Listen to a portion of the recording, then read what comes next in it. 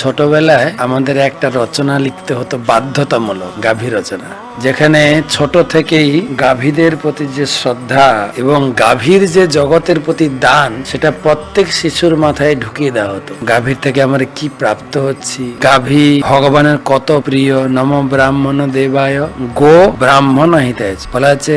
গাইর শরীরে 33 কোটি দেব দেবতার অবস্থা। এমনি মানুষের পায়খানা, পশুর পায়খানা অপবিত্র, কিন্তু গাইর পায়খানা অপবিত্রকে পবিত্র করে। ভগবানের সেবার জন্য যে পঞ্চগব্য, দুধ দই ঘি গোময় গোমূত্র বা পঞ্চামৃত, দুধ দই ঘি মধু মিশ্রি জল, গাভীর এই জিনিসগুলো না হলে ভগবানের সেবাই হয় না। গোপুচ্ছ দিয়ে ভগবানের শরীরকে ছেড়ে দেওয়া।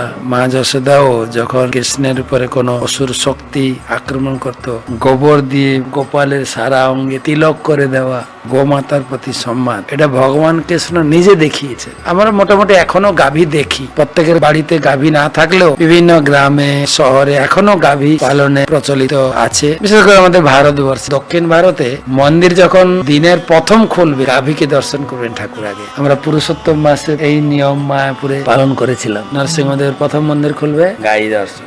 গাইর আবার সামনের ভাগ নয়, পিছনটা।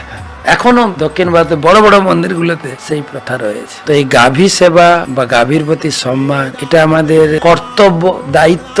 কথা বলা হয়েছে যে মায়ের দুধ আমরা সার্টেন পিরিয়ড পর্যন্ত, 1 বছর 1.5 বছর, তারপরে আমরা গাইয়ের দুধের উপরে পুরো নির্ভরশীল। একটা সাংবাদিক একটা গোশালাতে গেছে, তার গোশালাতে গাই, ষাঁড়, মহিষ আর ভেড়া, যে আপনার গোশালাতে এত কিছু আছে, কোন দুধটাকে শ্রেষ্ঠ বলে মনে করে? তো গোশালার ইনচার্জ, সেও যে সাধু ব্যক্তি, উত্তর দিলেন মহিষের দুধ। বলেছে কি গায়ের দুধ শ্রেষ্ঠ না? আহা, আমার কথা তো শুনবে। আপনি দুধের কথা বলেছেন, কোন দুধ শ্রেষ্ঠ? আমি দুধের হিসাবে মহিষের দুধ শ্রেষ্ঠ বলছি। গায়ের দুধ ওটা দুধ না তো, ওটা অমৃত। ওটা দুধ কেন বলছেন? তো ততটাই গুরুত্ব গায়ের প্রতি।